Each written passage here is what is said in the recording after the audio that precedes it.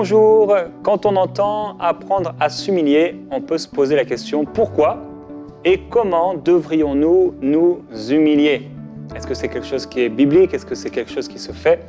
On va répondre à ces questions aujourd'hui et je veux remercier mon ami Papicho qui était en Afrique, je crois en Côte d'Ivoire et qui m'a ramené ce beau vêtement et je bénis tous ceux qui sont en Côte d'Ivoire.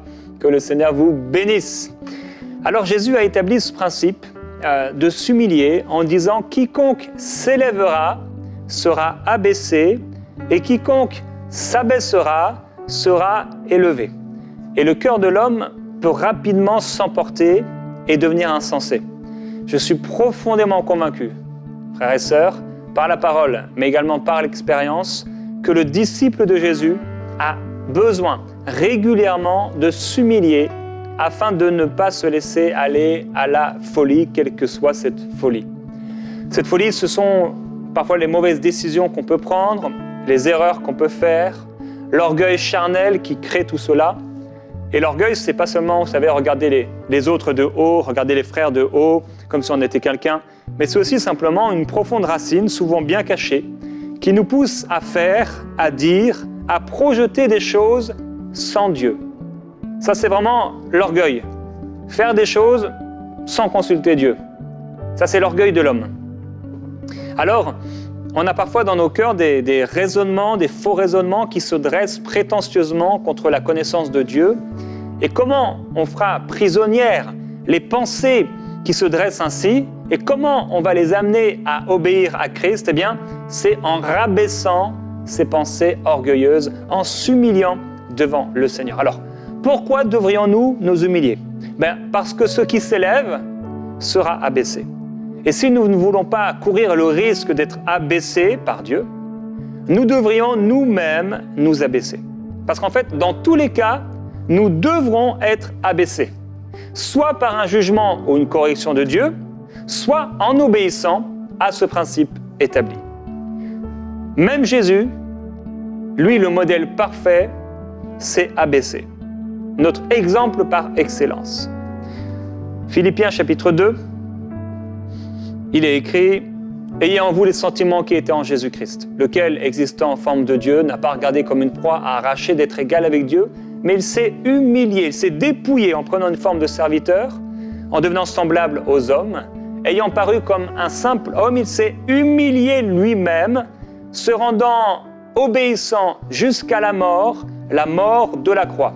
C'est pourquoi aussi Dieu l'a souverainement élevé et lui a donné le nom qui est au-dessus de tous les autres noms. Nous ne pourrons pas réussir pleinement notre vie et ce que Dieu veut faire de nous sans nous humilier. Je crois que c'est tout simplement impossible.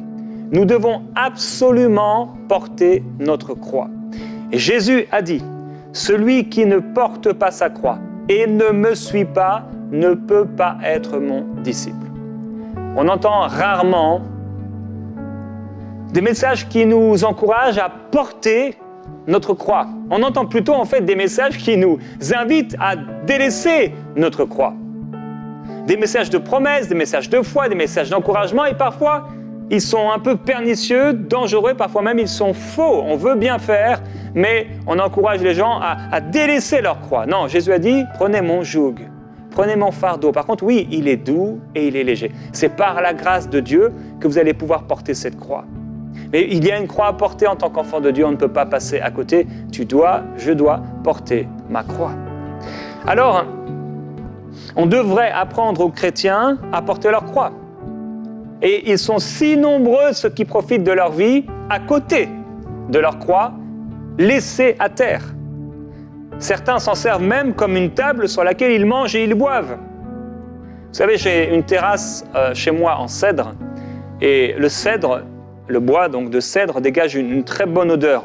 Surtout quand il pleut, ça ressort et ça sent très bon. Certaines personnes, elles peuvent sentir le bois de leur croix et s'imaginer qu'ils la portent tout en marchant dessus.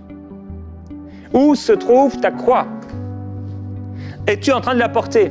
Es-tu en train de suivre le Seigneur Jésus? Ou en fait, quand tu m'écoutes, tu te dis, mais j'avais même pas pensé, ça fait longtemps, tellement longtemps que je n'ai pas pensé au fait de porter ma croix.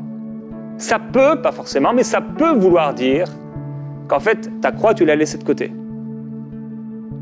Tu es en train de vivre, de faire toutes sortes de choses et ta croix est à côté. Peut-être même tu marches dessus.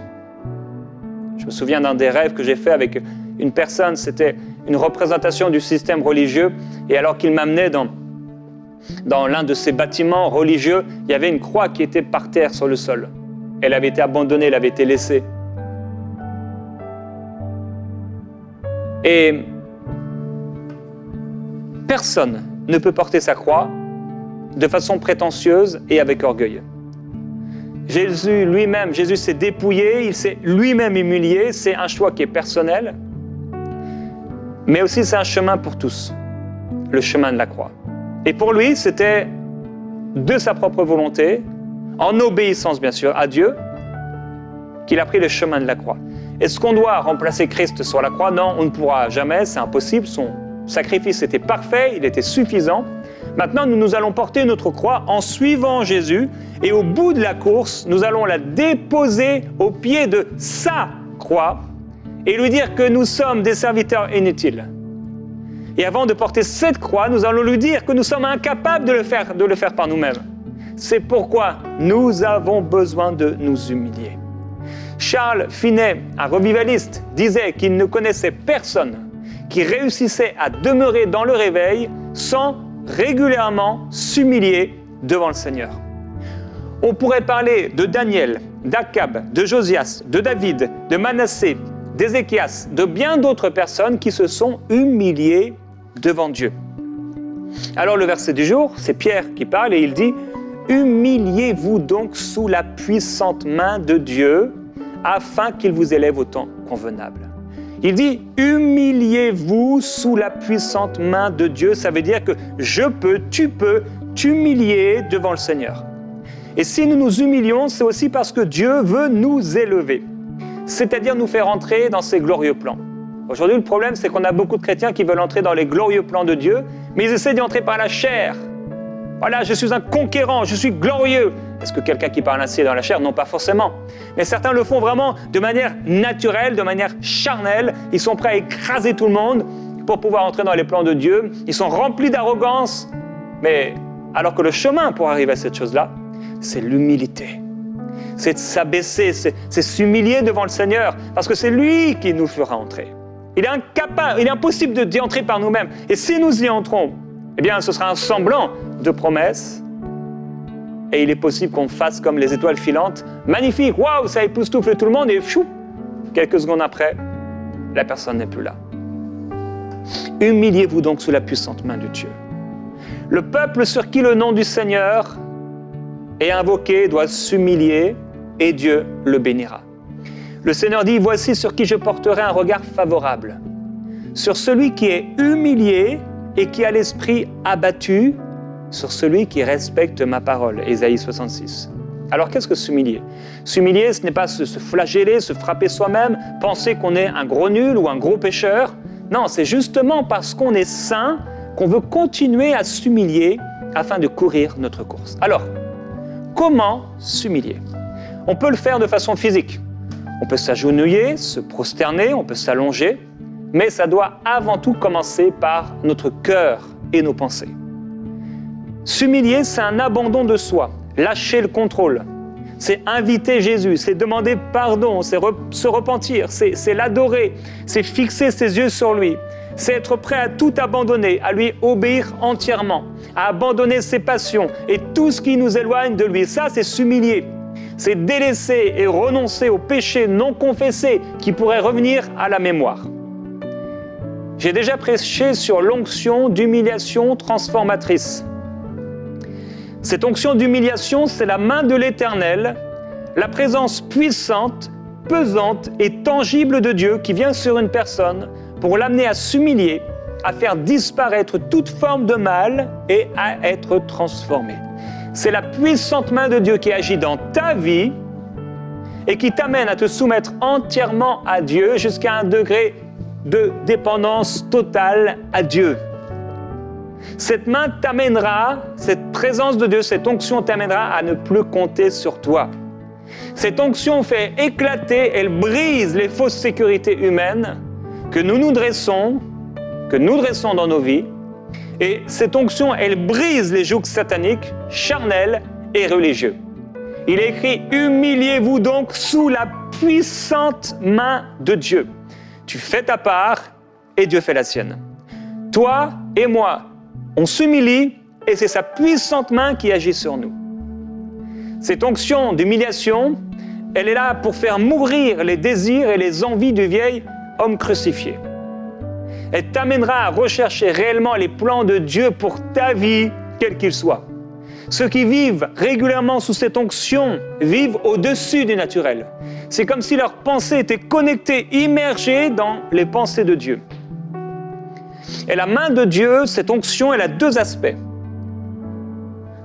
La main qui vient pour te sanctifier, ça c'est le premier aspect, elle te sanctifie. C'est-à-dire qu'elle te met à part, elle te dirige, elle te consacre, elle te revêt d'une présence de sainteté. C'est ce que fait premièrement cette onction. Elle te sanctifie. Rappelez-vous, j'en avais déjà parlé. Et la sanctification, c'est tu es mise à part pour Dieu. Et le deuxième aspect, c'est qu'elle te transforme. Elle te remplit de hardiesse. Elle nous revêt d'un puissant et pesant fardeau surnaturel. Et beaucoup de chrétiens ne font pas l'expérience de la puissante main de Dieu et de cette onction. Mais je vais prier pour cela, parce qu'ils ne réussissent pas à s'y soumettre et ils la refusent. Ils refusent de se soumettre à Dieu. Ils refusent de s'humilier devant le Seigneur. Ils courent dans la vie. On a parlé cette semaine de faire le bilan. Et alors qu'on est à la fin de l'année, eh bien, c'est plus le moment de courir, mais c'est le moment d'arrêter, de savoir que Dieu est Dieu. Dieu ne veut pas qu'on passe à côté de ce qu'il a prévu pour nous. Comment apprendre à s'humilier? S'humilier, c'est quelque chose de glorieux. S'humilier, c'est quelque chose de fort. En se mettant à part quelque part, peut-être on peut se prosterner sur le sol et on reste là aussi longtemps qu'il le faut. Parfois, tu ne sauras pas quoi dire, mais tu restes plongé dans sa présence qui te transforme. Quand la main du Seigneur est sur toi, quand la présence de Dieu est sur toi et qu'elle te pousse à prier, et que tu ne résistes pas, mais que tu vas quelque part là dans un lieu à part, tu peux te prosterner sur le sol, tu ressens sa présence, peut-être tu mets un instrumental inspiré, quelque chose, tu ressens sa présence et des fois tu ne sais pas quoi dire, des fois tu as juste envie de parler en langue ou de dire Seigneur je t'adore, je t'adore, je t'adore, je t'adore. Et alors que tu dis je t'adore, tu es en train de te consacrer. Alors que tu dis je t'adore, je m'abandonne à toi, tu es en train de te consacrer, d'être purifié pour lui, te mettre à part pour lui. Malheureusement, très souvent, on veut rapidement partir. Sa présence est là, elle est là pour faire quelque chose, mais nous, on part rapidement, on est trop pressé. On veut aller vaquer à nos activités, mais il sera impossible de commencer à expérimenter cette onction en checkant son téléphone toutes les 2 minutes. On doit obligatoirement fermer la porte. Il faut fermer la porte. Quand s'humilier? Autant qu'il en est nécessaire. Tu peux tomber sur tes genoux régulièrement et te prosterner. Prosterne-toi. Maintenant, si tu le peux, là, mets-toi à part et prosterne-toi. Et si tu es dans ta maison, même s'il y a peut-être des gens à part, il n'y a aucune pièce, ou il y a une seule pièce, là, prosterne-toi. Ah, je me souviens de ces temps particuliers. J'ai parlé cette semaine dans les bilans de faire un bilan sur ces expériences. Combien d'expériences avec Dieu cette année? Est-ce que tu peux te souvenir de moments particuliers avec Dieu? Quand il t'a touché à la maison seul, il veut le faire. Alors oui, tu peux tomber sur tes genoux régulièrement et là, tu te prosternes devant le Seigneur. Même si c'est pour un court moment, parfois, il y a sa présence, elle est là. Ah, ta chair veut faire autre chose. Ta chair veut manger, ta chair veut aller sur ton téléphone. Ta chair, elle trouvera tout ce qu'il faut, tout ce que tu aimes pour t'amener loin de ce que tu dois vivre. Mais régulièrement, tu tombes à genoux devant sa face et tu l'adores. Que sa gloire te saisisse alors que tu es sous sa puissante main. Et alors que tu es sous sa puissante main, Dieu changera tout. Ta façon de vivre, même ta façon de manger, ta façon d'être avec les autres, d'interagir dans ce monde. la façon dont tu vois le monde, la façon dont tu te vois toi-même, la façon dont tu vois Dieu. Dieu te donnera ses désirs et ses yeux pour voir le monde abattu et tu brûleras en toi-même. Tu ne pourras contenir le feu de cette révélation qu'il te donne. La gloire de Jésus-Christ t'amènera dans les dimensions nouvelles de sa présence, comme au ciel. Parfois, la descente sera difficile. Et c'est pour ça que tu auras besoin de revenir, à nouveau de retourner sous cette onction d'humiliation. Et je prie, Père Céleste, que ce soit le partage de ton peuple, cette présence qui descend, cette gloire qui descend, ta main qui vient sur nous pour nous ramener à ce qui est important, pour nous ramener à ce qui compte vraiment, pour nous ramener au cœur de ta volonté. Père, je prie aujourd'hui que plusieurs vivent une expérience complètement nouvelle avec toi. J'ai parlé de ces expériences et plusieurs se disent « Mais cette année, je ne me souviens même pas d'un moment que j'ai vécu avec toi, Seigneur, qui était fort. » Et Père, je t'en supplie, donne-leur cette grâce. Et alors que tu es là, mon frère, ma sœur, et c'est toi, et tu te dis « Mais j'ai vécu tellement peu cette année. Je me suis laissé aller. Je sais que je suis passé à côté de quelque chose. » Et oui, si tu n'as rien vécu avec Dieu aujourd'hui, tu es passé à côté de quelque chose. Si tu n'as rien vécu avec Dieu cette année, il est évident, Dieu avait quelque chose pour toi. Alors je prie, Père,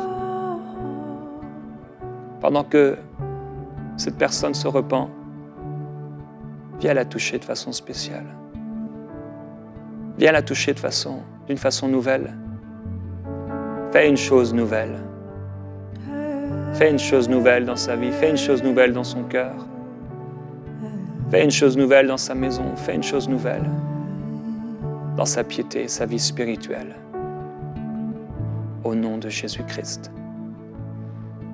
Je prie que ta main, Seigneur, vienne. Jésus. Alors, mon frère, ma sœur, je veux t'inviter pendant ce temps à t'humilier. Et on a dit que s'humilier, c'est aussi s'abandonner à Dieu. Et alors qu'on va chanter « Je m'abandonne », abandonne tout. Que ce soit un cœur à cœur avec lui maintenant. Abandonne tout. Délaisse tout. Au nom de Jésus-Christ.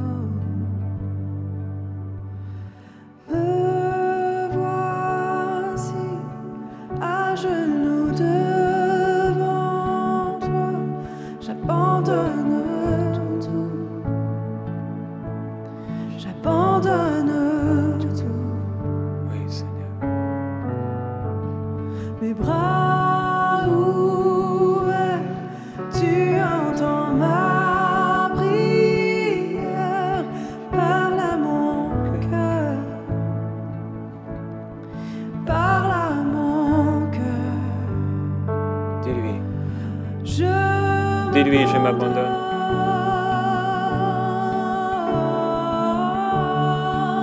Oui, dis-lui de tout ton cœur. Seigneur. Jésus. Par ta grâce, viens inonder mon âme. J'ai besoin de toi. J'ai besoin de toi. J'ai besoin de toi. Prosterne-toi là où tu es. Oh, mes bras ouverts, tu entends ma prière. Parle à mon cœur. Jésus. Parle à mon cœur. Je m'abandonne.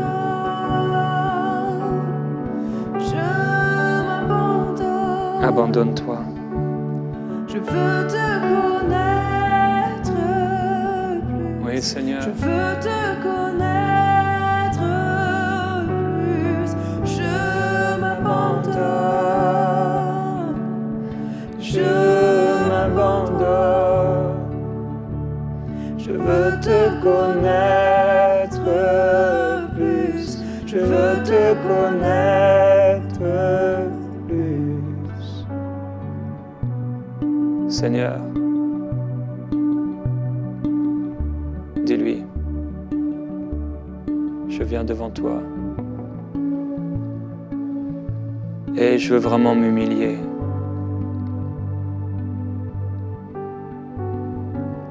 Me prosterner à tes pieds sans hypocrisie, mais d'un cœur sincère, entier. Je veux m'offrir à toi complètement. Seigneur, pardonne-moi. Pardonne-moi pour l'orgueil, pardonne-moi toutes les fois j'ai pris des décisions sans te concerter. Pardonne-moi pour cette folie, la folie de mon cœur. Comment j'ai pu avancer sans toi? Comment j'ai pu marcher sur un chemin sans toi? Comment je peux prendre des décisions financières, relationnelles, de déplacement sans te concerter? Pardonne-moi pour toutes les fois où j'ai commencé ma journée sans te consulter, comme si c'était une option, comme si tu étais une option, comme si j'étais trop important, ou que la vie était plus importante que toi. Tu es la vie. Dans ce temps de prière, mon frère, ma sœur, abandonne-toi maintenant. Dis-lui pardon, Seigneur, pardonne-moi. Pardonne-moi, Jésus. Qu'il n'y ait rien, qu'il n'y ait plus rien de moi qui reste. Qu'il n'y ait plus rien de moi qui reste. Prends la place. Prends toute la place. En cette fin d'année, je me consacre. Je m'offre à toi. Je me donne complètement, entièrement. Père, me voici sur l'autel. Prends ma vie. Prends tout ce que je suis, Seigneur. Je m'humilie, ô Dieu. Tout ce qui peut paraître pour moi comme une fierté, je la laisse à ta croix. Je la laisse, ô Dieu. Je ne veux rien prendre pour moi, mais je veux tout offrir, tout te donner.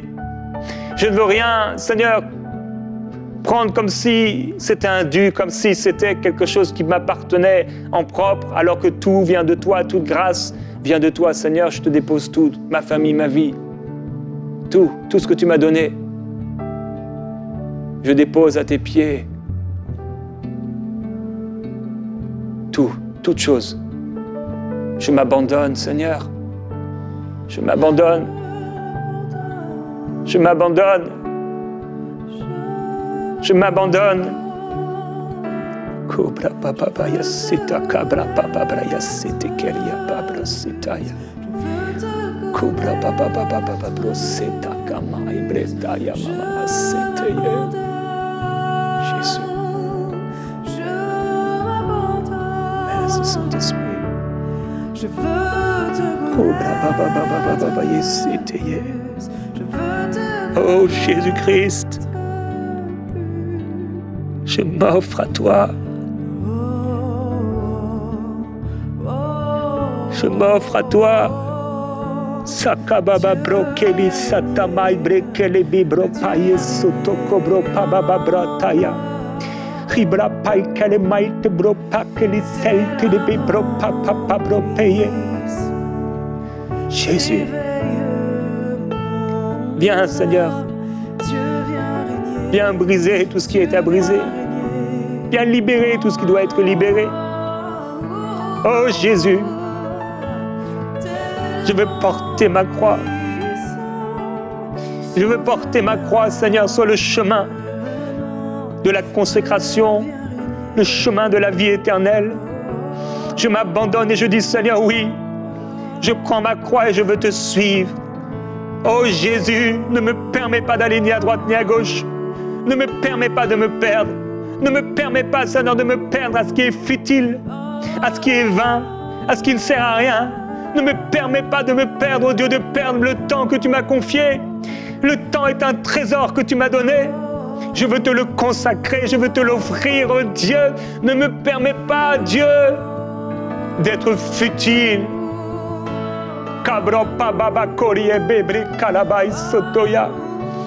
J'abandonne mon cœur, j'abandonne ma vie, oh Dieu. Père, prends tout, prends tout, prends tout. Kibra Pababa Yesitaya. Dieu viens régner, Dieu viens régner. Kibra Babakaria Bababa Yesitaya. Dieu viens régner, Et règne, Dieu viens régner. règne Seigneur, règne, règne, Dieu viens régner, règne. Dieu viens régner. Règne dans mon cœur, règne dans mes pensées, règne dans ma maison, règne. Règne en toutes choses, règne en toutes choses. Règne dans mes relations, règne Seigneur dans toutes mes pensées, ma volonté, mes décisions, mes plans. Seigneur, tes plans, pas mes plans, tes plans, pas mes plans, tes pensées, pas les miennes. Seigneur Jésus, je veux te plaire, t'obéir, t'être agréable, te servir. Jésus. Il y a quelqu'un qui doit délaisser quelque chose. Cette chose compte tellement pour toi et tu l'as mise entre toi et Dieu. Mais aujourd'hui, délaisse, offre cette chose au Seigneur. Donne-lui cette chose. Ne repars pas comme le jeune homme, riche, tristement, riche dans le naturel, mais pauvre dans l'esprit. Délaisse, abandonne, offre au Seigneur cette chose, cette personne. Offre à Dieu cette attitude, offre à Dieu. Offre ce qui a pris la place, sa place. Seigneur, je m'humilie devant toi. Que rien ne vienne voler ma communion avec toi. Que rien ne vienne voler notre intimité. Père, je prie pour ton peuple. Je prie pour cette personne. Je prie que ta main, Seigneur, j'ai dit que j'allais prier pour ça, et je prie, Père, que ta main puissante vienne sur cette personne. Et que ta main la presse dans le lieu de la consécration, la transporte, la dirige dans le lieu de la consécration, où ta glorieuse présence la consacrera et la fortifiera. Au nom de Jésus-Christ, Père, je prie pour des expériences avec toi dans les prochaines heures, dans les prochains jours. Oui, Père, au nom de Jésus, donne cette grâce à ton peuple, Seigneur, et qu'il se réjouisse. Nous te glorifions, Seigneur.